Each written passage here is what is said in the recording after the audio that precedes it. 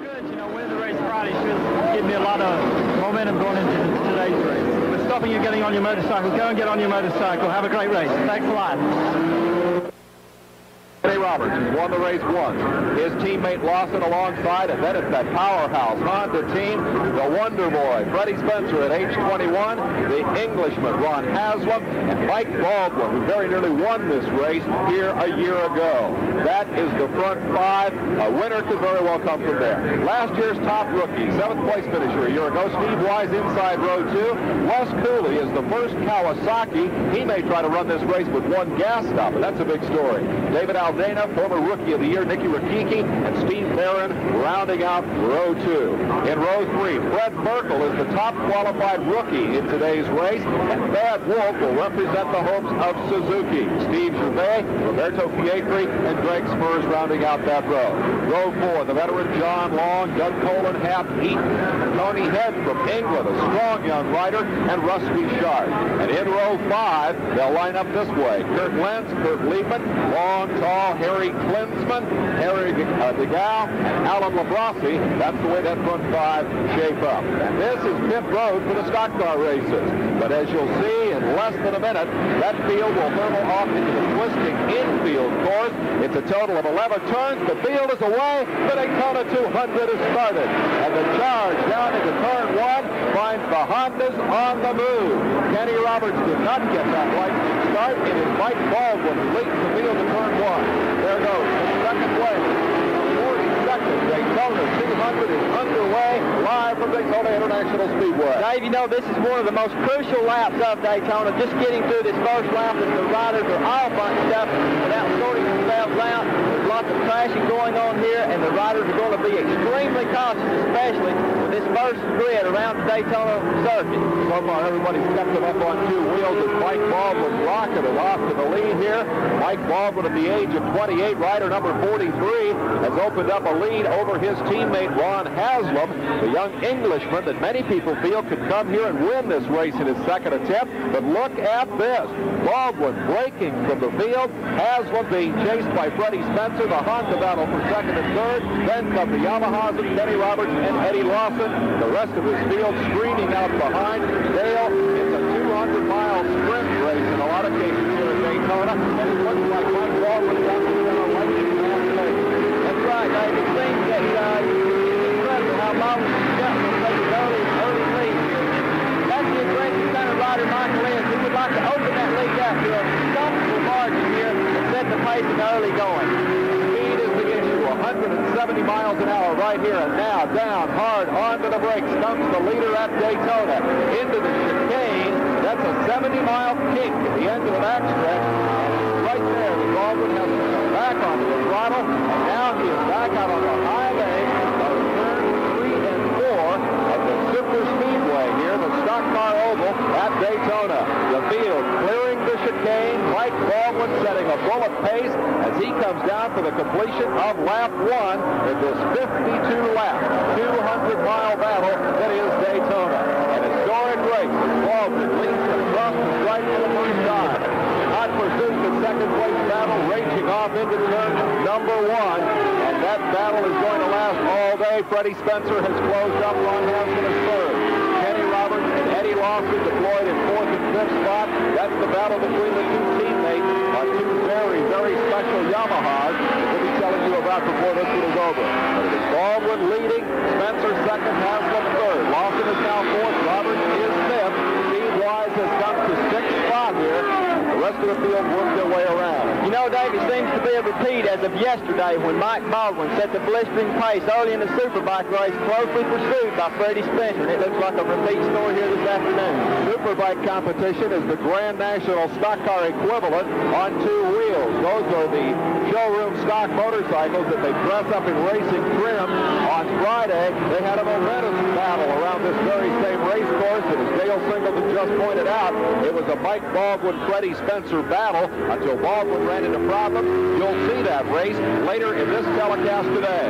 Baldwin with a little bit of a wiggle as he moves out onto the high banks off the infield and attacking this Daytona course. He is really charging, and among the Favorites in this race, Jimmy Adamo, number 26, is disabled in the chicane. His motorcycle has broken down. Number 26, Jim Adamo, riding one of the Italian machines here, a Ducati, is out of the competition.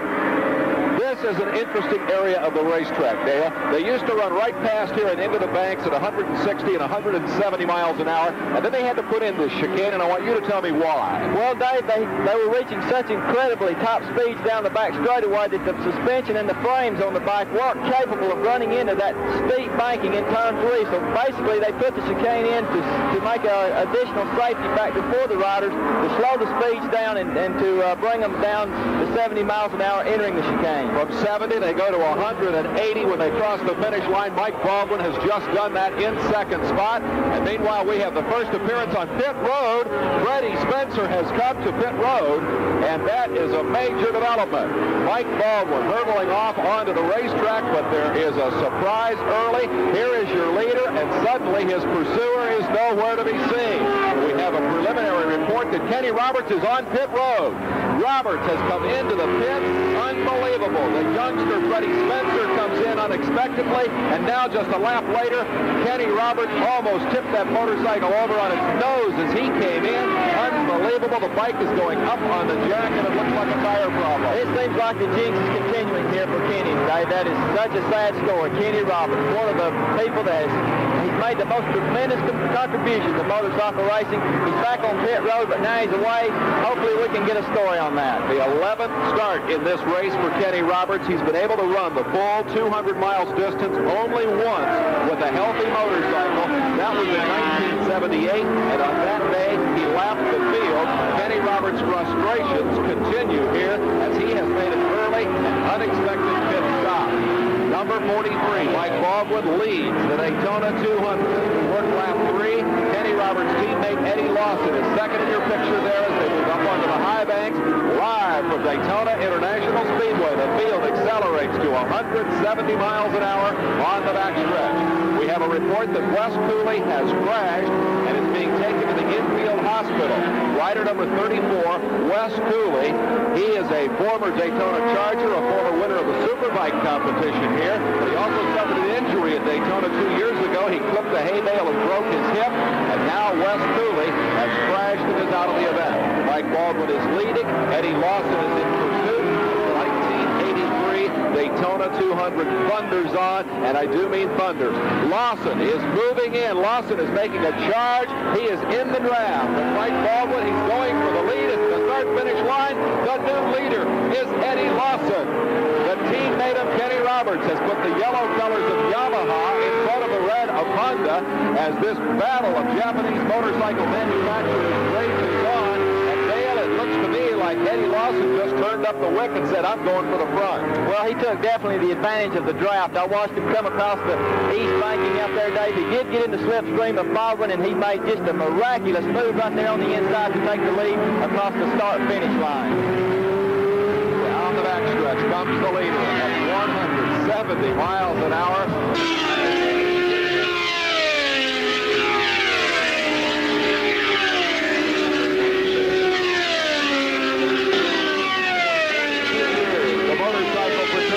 Congregated at Daytona, the 42nd Daytona Motorcycle Classic. And right now the story of that classic, as it has been for so many years, is Kenny Roberts. He is reeling in the leaders at the rate of 3 seconds per lap, and that is just a monumental charge. Roberts out of the infield, wiggling and sliding his motorcycle. Nobody in the business can do that like King Kenny at the age of 31. He says this may be his last Daytona. We should update you with the fact that Kenny Roberts is now some 32 seconds behind the leaders. He started the race on the pole. He rode 3 laps and pulled into the pits. He said the bike was sliding all over the racetrack. He thought the rear tire was going down. They checked it. The tire was okay. He went back into combat, and now Kenny Roberts is pursuing that checkered flag that has twice eluded him. Kenny Roberts, who says that during the course of this race, you worry about those mysterious little noises.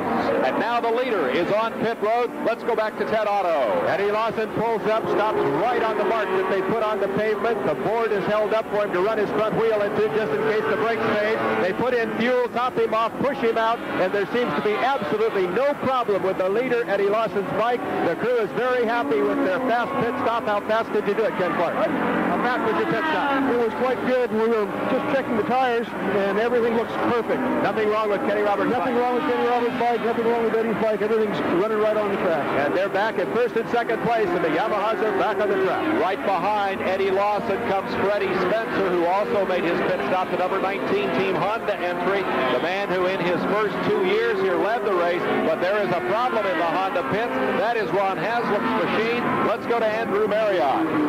Yes, there is a problem here with Ron Haslam's machine. In fact, first he almost collected Mike Baldwin because Mike Baldwin stalled as he pulled out of the pit. Ron almost collected him, and now Ron seems to have an engine problem as far as I can see. Ron is off the bike, and I will try and get to talk to him just as quickly as I can. But meanwhile, Dave, back to you. There is an ejected Ron Haslam, the youngster from England that many people view as the British equivalent of Freddie Spencer, the young kid who has come up so quickly and so marvelously through the ranks. This young man did that same thing, but he did it as a dirt tracker. Eddie Lawson made the conversion to road racing, and oh, a near miss. That's that traffic story, Dale. No kidding there, Dave. He was accelerating hard coming out onto the banking, and I think Dave he had this rider, he was lapping more anticipated to go in a little higher line, and the guy began to swing back lower on him. That was a near miss for Eddie Lawson. Lawson is your leader in this race. He has made his pit stop. He has been in and out of the field. Let's get another look at that incident. It was so close. This is the leader, number 21, Eddie Lawson, a moment ago coming out of the infield. Dale? It's so important for that drive, Dave, coming out onto the banking, and this is something that I think Eddie is really trying to do here. The momentum was carrying him higher and higher up toward the wall. He came out of it okay. He missed, but it was a near miss. You see the difference in the speeds there. Those yellow bikes are so fast. They're reputed to be some 640 cc's. They are special one-off machines built exclusively as Daytona rocket ships, and after this race is over, they'll be loaded back up and crated up and sent back to Japan. Let me see if Ted Otto has a bit of insight into that. Ted, there's been a lot of talk about how big the engine is in that motorcycle and how thin the cylinder walls are. You got an inside story on that? Well, they won't tell us exactly, but every time 640 cc's are mentioned, you get a giant smile on their face. You're absolutely right. They're one of a kind. They're YZR Daytona Specials, and these are square fours, and their GP bikes overseas are the new B4s, and they have to be 500 cc's, as Dale Singleton pointed out. But they wanted to run the square fours here because they think they're more dependable. They will go longer distances because the GP races are usually only about 60 miles in duration, and they think that for 200 miles, the square four would be a better bike. Suddenly, this has become the battle for the lead. Freddie Spencer has charged to the rear wheel of number 21, Eddie Lawson. They are side by side in the Daytona 200. Kenny Roberts is right behind them, and this has turned into a monumental battle, Dale. Unbelievable. Freddie has made such a tremendous charge from the back to creep right up behind Eddie Lawson, so we're going to get to see some close fueling here coming right up. Now we begin to see that ballet become hand-to-hand combat. Yes, it's graceful. Yes, it takes tremendous skill and precision to handle a motorcycle at this kind of speed. But when 2 or 3 guys are out there doing it together in the draft and start beating on one another, this becomes a very, very physical combat. We are 19 rounds into a 52-round fight for glory at Daytona, and there is the story. 3 riders, Eddie Lawson, Freddie Spencer, and Kenny Roberts, a trio of road racing superstars hurdle onto the high banks of Daytona. Kenny Roberts is making a move on the high side of Freddie Spencer, and down low with Eddie Lawson, and that could have took out the entire lead pack. The new leader at the finish line will be Roberts. An unbelievable comeback there. That was unbelievable the way Kenny went above Freddie Spencer and then come under Eddie Lawson. That was a tremendous move on Kenny's part. That is something that encounters such precision riding at that kind of speed in the draft situation, Dave. Eddie Lawson has just been gobbled up by 2 of the greatest motorcycle road racers in the world. Let's look at this again. The leader is Lawson. The second place bike, the Honda of Spencer. Up to the top side goes Kenny Roberts as the The leader, Lawson, had to go under a lap rider. He drifted out to the outside, and that was the opening through which Kenny Roberts started to take the lead. That is, at that kind of speed, an absolutely awesome experience. That is the most thing in this race yet, Dave. That was just spectacular. I'll tell you, we're going to see a lot of those kind of moves before this. Been a dramatic Daytona 200. So many people expected that somebody would go out and try to be the rocket in this race to set the pace and run away, and a lot of people thought it would be one of these two riders, number 2 Kenny Roberts or number 19 Freddie Spencer. Instead, they both had to make early, unexpected pit stops. Now they have come back through the field, and they're running for the lead. What our viewers are having an opportunity of seeing here this afternoon is very similar to what these 3 great American riders will take to Europe and stand on our great country's tradition of representing America in the World Championship Grand Prix competition. Keep in mind that no American had ever won the 500cc World Championship until Kenny Roberts went off as a rookie rider in 1978, brought home that crown. He conquered the world, and the American king indeed became the king of world competition. But bear in mind, Kenny Roberts told us in an exclusive interview prior to the start of this race that this may well be his last Daytona 200. He first came here in 1972. He has a history of incredible frustration in this race, and what we're watching right here is the changing of the guard. At the age of 31, Kenny says this may be his last 200. At the age of 21, the man who pursues him right there, number 19, Freddie Spencer, is the new wonder boy, the future superstar of American road racing, and the two of them are hooked up in a classic battle. You couldn't have written a better Cinderella story in Hollywood than this one right here. They are in a lot of traffic. This should be tricky, Dale. There's one thing that's going to be a key for Kenny, and I think he has the most advantage in working this traffic, Dave, because when Kenny gets into traffic, he just retains the smooth riding style he always employs on the racetrack, and I think that Kenny will use this traffic to his advantage. Freddie Spencer has limped to pit road as a great battle continues for the lead. It seems as though Kenny is giving him... Let's go to the pit. Let's get a report on this from Andrew Marriott. Well, I'm in the pits now. They are looking at Freddie Spencer's bike. There doesn't seem to be any problem with the tyre. It is impossible to determine what is wrong with Spencer's bike. He's having a discussion with his mechanic, Irv Kanemoto. The team manager is walking away. Freddie has got off the bike. It looks to me very much as if Freddie Spencer's race is over. Back to you, Dave. I'll talk to Freddie when we can get hold of him. Spencer is off the motorcycle. You see him standing there in the red, white, and blue colors. The motorcycle stopped, and that takes a tremendous amount of heat off this man, Kenny Roberts, the 31-year-old veteran who is making perhaps his last Daytona 200 start here. And suddenly the man with whom he must battle is his teammate Eddie Lawson. Team Honda first came to Daytona in 1970.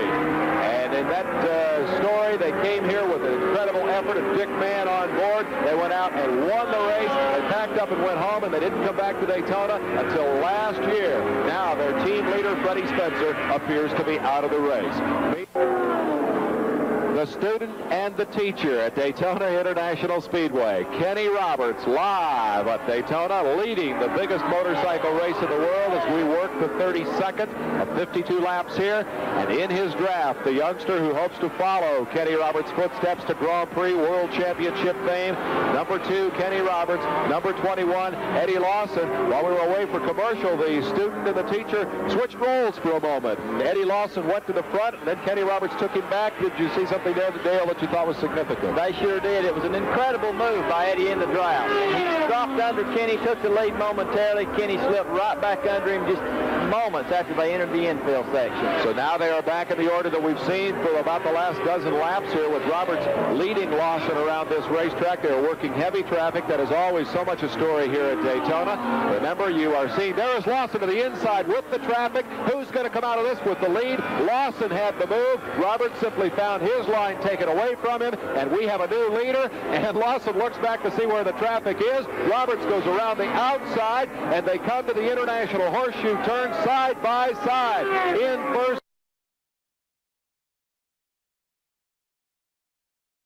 right there of what importance it is to play the role of being a super good rider to work the traffic, Dave. You saw Eddie run in on the inside, Kenny on the outside. It was just a tremendous move by both those riders. Here's another look. Roberts blocked, comes up to the outside. Lawson says, I'll take that line, and he goes to the inside, squirts into the lead. Now Roberts is stuck behind two slower motorcycles. That gave Lawson the advantage. It didn't last very long. Kenny Roberts squirts right back up around the outside and retakes the lead. Lawson and Roberts swapping the first two spots.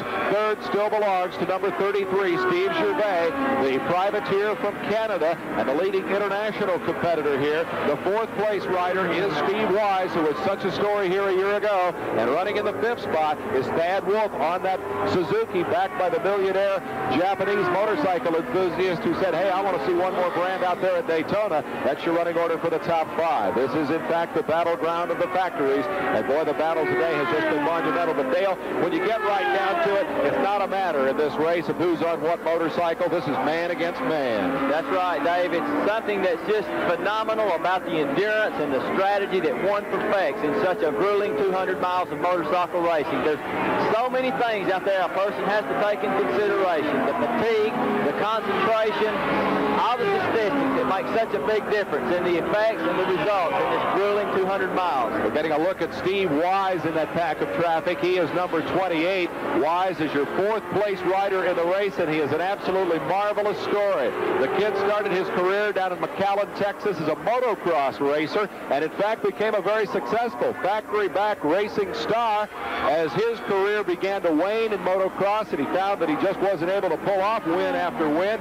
He shifted gears, and they said, Steve, how would you like to try road racing? And he says, I'll tell you how much I'd like it. Let me go to Daytona next year. Now he is running fourth in the Daytona 200, and right coming into your frame behind him in your picture, you see both the machines. Michael Baldwin, his teammate, is on the charge. That is the third and fourth place race, and it has tightened up dramatically here in the 1983 Daytona 200. It is definitely one of the more competitive 200s I've ever known about. Ted Otto in the pits knows a good bit about these two fellows. Kenny Roberts, the leader, Eddie Lawson, the student. Let's go to Ted for that. Well, we've talked to Team Yamaha extensively as there were any team rules out here that Lawson was not supposed to pass Roberts if they were doing well. They say no such thing. They're both on their own. They can go out and do their own thing. They think they found the heir apparent to Kenny Roberts in Eddie Lawson, and he's going to join him in Europe this year. They are turning laps at 206.91, and team manager Ken Clark said they're cruising, just taking it easy. Meanwhile, the top rookie in the race in qualifying, Fred Merkel, who started in row 2, has retired. A big disappointment for that young man. It's an awfully tough place for a rookie to do well. Only once did a rookie win this race. That was back in 1955. A motorcycle racing legend by the name of Brad Andres not only won Daytona, but went on to become the only rider in American history to win the Grand National Championship. We got a lead change as the leader is coming on pit road. Down pit road comes Kenny Roberts. That's going to lead the number 21 machine of Eddie Lawson in first spot, a routine pit stop. Let's go down to the pits. Kenny Roberts pulls up along pit road. Everybody's taking a look at both the front and the rear tires. The signal from the mechanic in the rear is that it's okay. Back there, they do a quick pit stop, put in fuel. Everything appears to be very sound with the bike. They're congratulating each other in the pits, and Roberts is back out. Kenny Roberts back onto the racetrack, and what a glorious thrill it must be for him to just be out there on lap 35 of this 52-lap battle, because so many times before we've seen his day end far, far short of the 200 miles distance. If you have just joined us, Kenny Roberts, number 2, the most famous motorcycle racer America has ever produced, is making his last Daytona 200 start. He has just given up the lead to his teammate, number 21, Eddie Lawson, as Roberts made a routine pit stop, and we will see Eddie Lawson coming in for fuel very shortly, and when that happens, that should tighten that battle right back up. Kenny Roberts, who started in 1972. It was a banner year in motorcycle competition. He produced not only Kenny Roberts, but also Gary Scott, who won the 1975 AMA Grand National, now Camel Pro Series championship, and Mike Kidd, who won the title in 1981. We work down the backstretch with number 40 to check out number 21, Eddie Lawson, looking for his pit stop. Meanwhile, we're beginning to see pit stops from some of the other front runners. Mike Baldwin has been on pit road. Dave Aldana has just come into the pits. These are the routine refueling stops. This is about the point in the race, Dale, where you got to come in for fuel. That's right, Dave. And when Kenny Roberts pulled in and made the pit stop, although he gave the lead to Eddie Lawson, Lawson has another scheduled pit stop he's got to make. So I tell you, it's going to, when Kenny gets back on the track after his pit stop, these two riders should be, at the grueling same place. Here comes the stop. The leader is on pit road. Eddie Lawson hurtling down through the pits at 100 miles an hour. Now onto the brakes hard. Rowing the bike down. Ted Otto is there. And he comes right up against the bang board. They throw up in front just in case there's brake pain. He's holding on, talking to them. They're talking through the helmet. He has not much to say as they just put in fuel, push him off, and everything looks well for the leader, Eddie Lawson. Meanwhile, Kenny Roberts hurdles down the front straightaway. The race to turn one. Lawson is on the entrance to the racetrack. We should see Kenny Roberts whip around him on the outside. There goes Roberts, and we are right back where we were just moments ago. The battle between the two factory-back Yamahas of Kenny Roberts and Eddie Lawson again hooked up in a battle.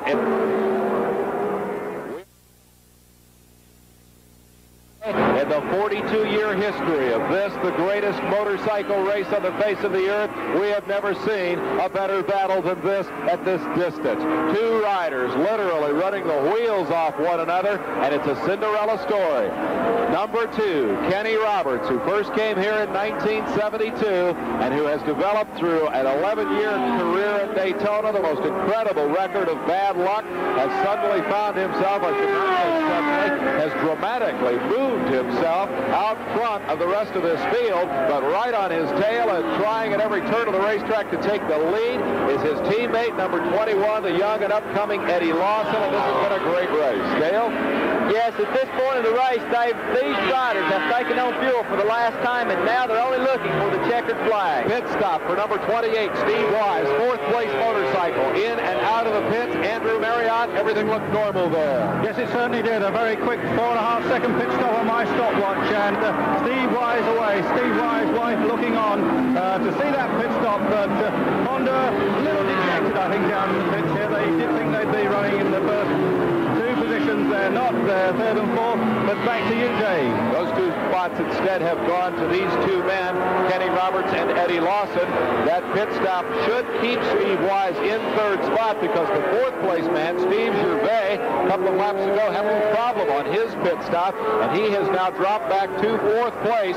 The factory Honda of number 43, Mike Baldwin, continues to circulate in fifth position as this tremendous battle continues. The team manager that manages both of these riders, Kenny Roberts and Eddie Lawson, is Kenny Clark, a former racer, a veteran campaigner himself, and he made a prediction before this race that has turned out to be absolutely spot on.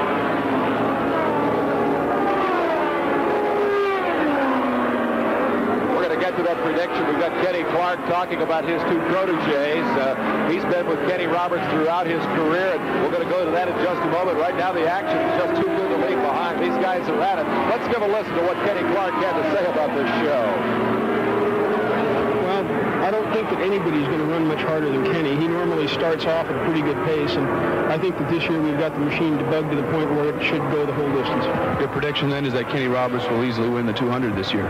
I don't think he'll win it easily. I think Kenny and Eddie are going to put on quite a show.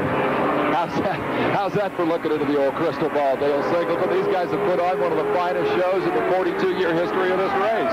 No kidding. There's never been competition like this far into the race, Dave, that I can ever remember here in the Daytona 200. These two riders are definitely setting the patterns that both of them wish so highly that happens this year in the Grand Prix World Competition when they go up against the best in the world in the Grand Prix campaigns throughout Europe on these two yellow and black factory engines.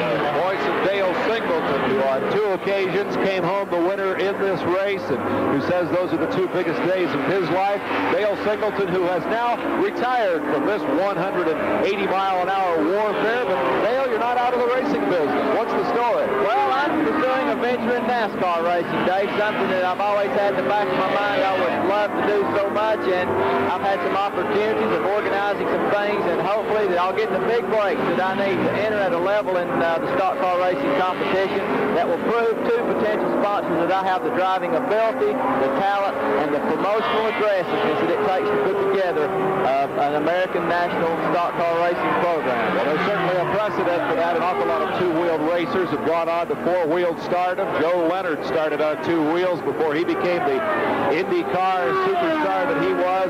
Other names like Paul Goldsmith, the last man to win a beach stock car race here at Daytona, was also a great motorcycle racer. Mike Halewood, John Surtees, so many of the great four-wheeled stars of the past have started on two wheels, and Dale Singleton is trying to pursue that same career. And I'm sure if somebody out there's got a good stock car that they'd like to put a good driver in, they can find Dale listed in the Dalton, Georgia phone book. Meanwhile, out front, the tremendous battle continues here. I'm beginning to wonder a bit about strategy here, Dale, because this race is winding down. We are working lap 39 of this race. It's a 52-lap battle. At lap 39, we have just 50 miles to go. We're at the three-quarter mark. Have they pulled out the stops, or are they still pacing themselves? That's something that's going to be real interesting to watch, Dave, as this race unwinds, getting around the 48th lap, because I'm sure either of these riders want to be in this position in the closing lap of the race and bring it right down to a photo finish. I think that Kenny Roberts, if he has the horsepower he needs, if he's got any advantage over Lawson, I think Kenny will try to pull just enough distance out so he can win this race comfortably. I'm sure maybe Lawson's thinking, on the other hand, something different, but it appears here that now Kenny has turned it up just a bit to try to pull that margin he's been searching for the length of this grueling 200-mile race. 110-mile-an-hour average speed at Daytona for 35 laps. That is just unbelievable. If indeed Kenny Roberts has pulled out the stops, it appears that, Eddie Lawson looking back over his shoulder in the chicane. If there's a tire problem, that's where it's going to show up. Lawson appears to be back on the throttle. Dale, any thoughts? Oh, that looked like probably he had some bad experience there with a big slide or something, one of those big hair-raising where the thing breaks loose and alerts the rider immediately. We'll have to wait and see if there's a story that develops around that, but definitely Lawson was off the gas momentarily, looking down at the rear wheel. Can't get off the gas very long here because, as Singleton pointed out a couple of minutes ago, you cover the length of a football field every second, and Eddie Lawson indeed does have a problem. He's in the pits. Let's go to Ted Otto. Eddie Lawson came in pointing to the back tire, and indeed they put it up on the tire jack, and they are going to work. We talked to the Yamaha people earlier, and they have also perfected a quick change rear end.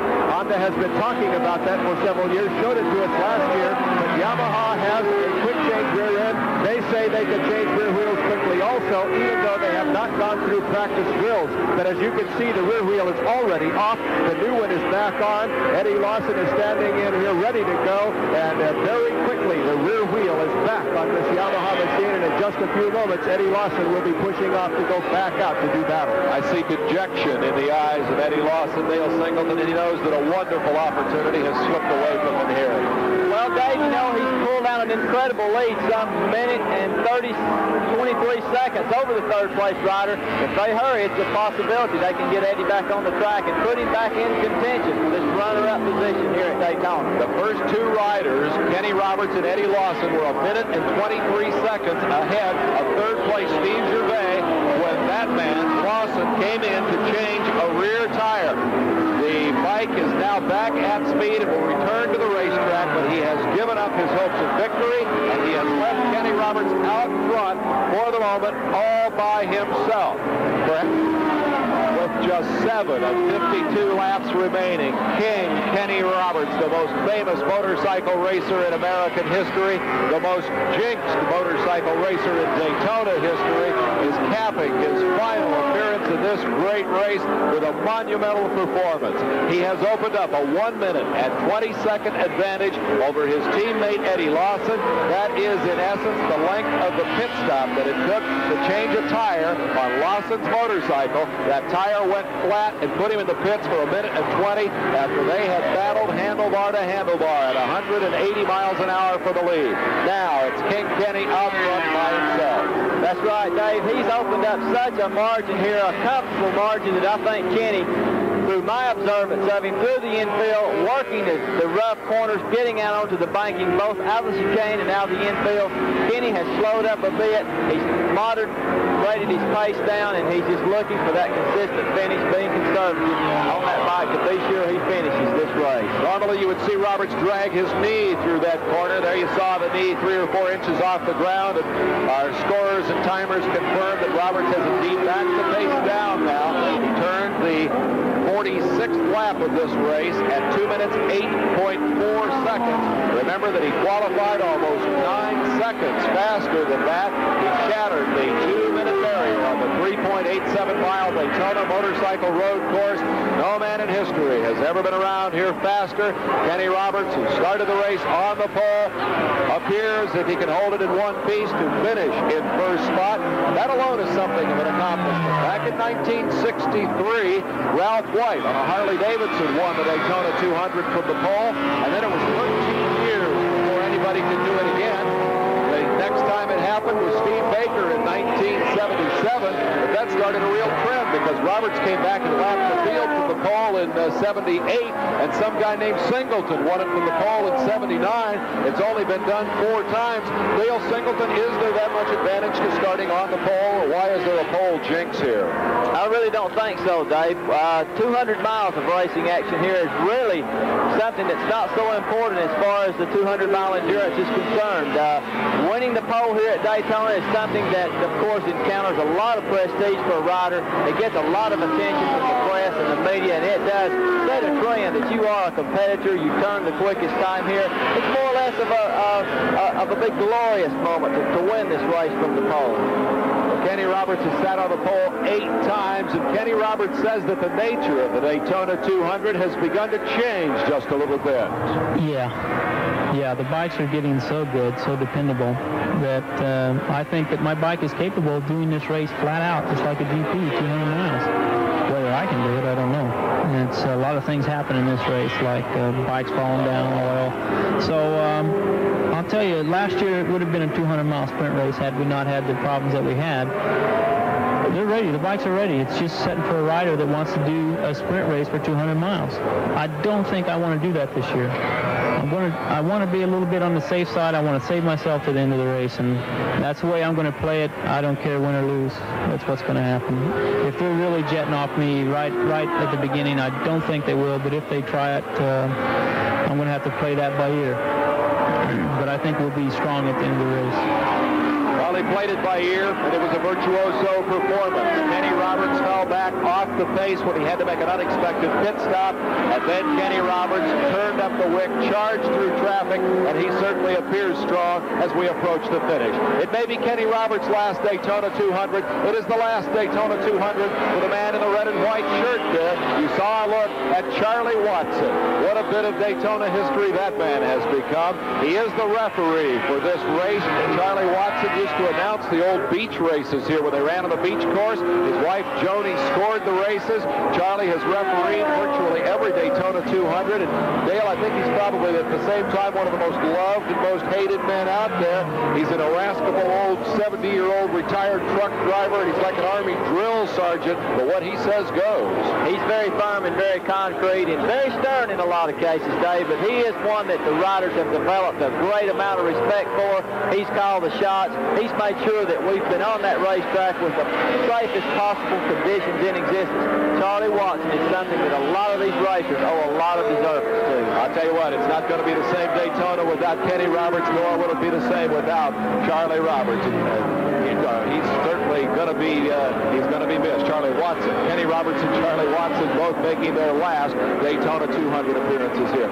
As I was listening to Kenny Roberts talk about his race strategy, the calm, conservative conservative, classy world championship rider at the age of 31. I can't help but recall back to 1971 when I interviewed Kenny Roberts for the first time. He was a 17-year-old kid, and to say that he was cocky and arrogant would be the ultimate understatement. Kenny Roberts was not the most popular kid ever to come out of Modesto, California. He was good, and he knew how good he was, and he wasn't bashful about telling anybody about it. He didn't make himself a whole lot of friends. Didn't care about talking to the press, didn't care about talking to anybody.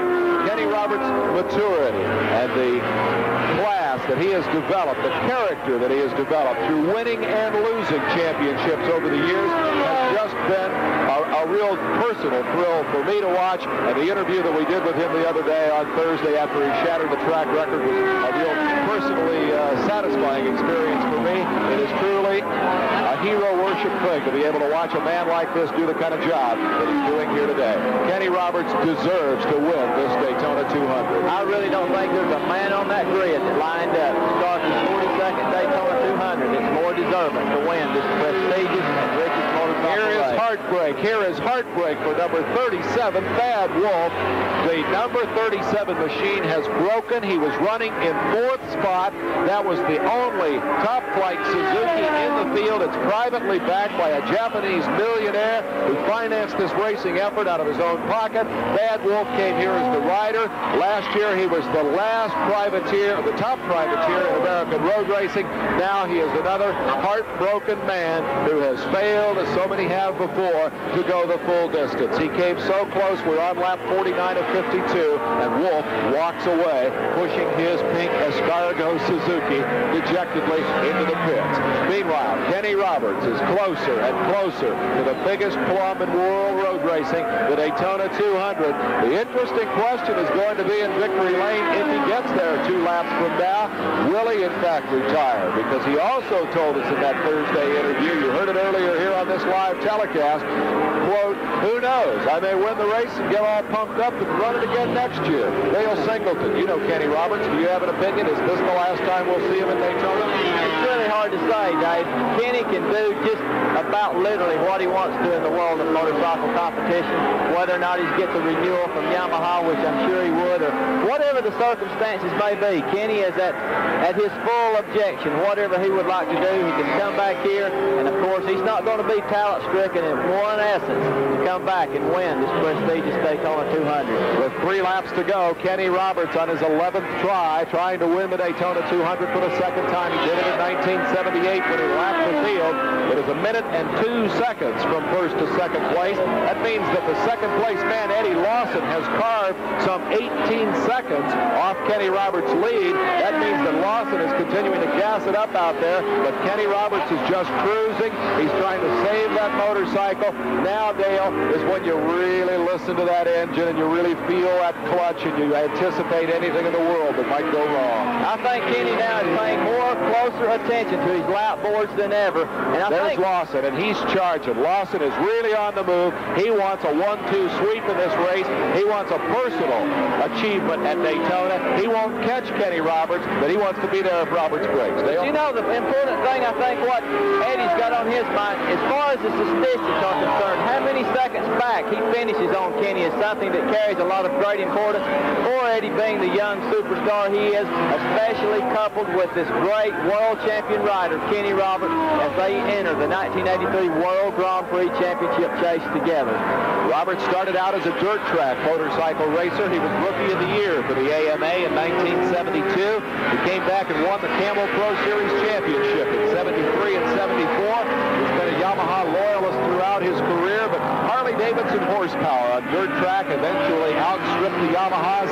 Kenny could no longer compete, so he simply shifted gears, went to Europe, and became the first American ever to win the World Road Racing Championship. He was also the first rookie ever to win that title, and just to prove that that was no fluke, he came back and he won it 2 more times. I think he'd have won his 4th, but an injury and some mechanical problems denied him that opportunity. That is the one goal, if he can take this checkered flag today, that remains for Kenny Roberts. Dale Singleton, he wants to be world champion one more time. That's absolutely correct, Dave. Kenny has lost none of his desire or concentration on going to Europe and literally conquering the Grand Prix competition. You know, when he quit dirt track racing here, I think it was simply because he was so frustrated with the bikes he rode on the dirt here. The Yamahas just weren't competitive with the factory Harleys that Springer and Randy Goff, Scott Parker, some of the top dirt trackers had. So I think that was his alternate choice, was to get on that road race and go to Europe, who was Kel Carruthers and worked so closely with him and has been such a great asset to Kenny's performance. Kel, being a former 250cc world champion, has been one of the key factors and elements in Kenny Roberts being the world champion. It is important to remember that world championship racers basically start their career on pavement and stay on pavement. This is the only man in the world who has ever been able to make the transition from AMA dirt tracking, that wonderful, venerable sport, to road racing in America and go on to the World Championship. Kenny Roberts takes the white flag. He is 3.87 miles away from one of the most monumental victories of his career. I can't imagine what he must be thinking now. He wanted so much to come here and win this race. The early frustration of that pit stop, but the counterpoint to that is the calm, the cool, the comeback. He kept his head together. A 31-year-old veteran knows when it's time to go fast, and he made his charge. He got where he wanted to be, Dale. Right now is when Kenny is being, I think that second wind of adrenaline, you may say, and that nervousness as he waves to the crowd here. Kenny is feeling self-confident. This is probably a point to where he's feeling a bit cocky now, Dave. You know, he's so close to taking home that second Daytona 200 title as he so smoothly works that infield. You see the lean angle then? He wasn't anywhere near as close as he has been earlier in the race. As he negotiates the turn 5, the International Horseshoe, Kenny Roberts is just cruising, waving to the crowd. He's flashing the victory sign already. Roberts says, hey, I'm number one. My motorcycle runs the distance. There isn't anybody out there can touch me. I hope that there is still in Kenny Roberts some of that 17-year-old kid who told me in the pits at Lakewood Speedway, an old dirt track in Atlanta, Georgia, when he was a junior rider coming up, hey, I'm better than any of the rest of these guys. He's gone out there and proven it today. He's on the backstretch for the final time. Kenny Roberts is a half lap from an absolute Cinderella victory. He said he would come here and give it one last shot. He said, yeah, my Daytona jinx just makes me crazy. I don't know why I can't come here and win this race. I don't know why my motorcycle will never go the 200 miles distance. Today, it's going to do that. Kenny Roberts is coming home. This is probably where the chill bumps began right here. I know when I climbed onto this left bank in the last lap in 1981, it just was a chilling experience, very similar to like having a 5-gallon bucket of ice water going down your back, Dave. That's riding above that 200-degree motorcycle is 2 hours here in the Daytona 200. At 180 miles an hour, Kenny Roberts flashes across the victory stripe. Kenny Roberts has won the 42nd Daytona 200. History has been made. A standing ovation from the throng gathered here for one of the greatest men who ever strapped on a motorcycle racing helmet. Kenny Roberts has done what he set out to do. He has left Daytona with that victory that he so much wanted, that he so much cherished. Kenny Roberts on the cool-off lap, headed for victory lane. The celebration as Kenny Clark looks on. We are going to be coming back to hear from this man and find out perhaps if indeed there will be another Daytona 200 with a man who is coasting home and accepting the accolades of the thousands of motorcycle fans gathered here. Kenny Roberts has won Daytona.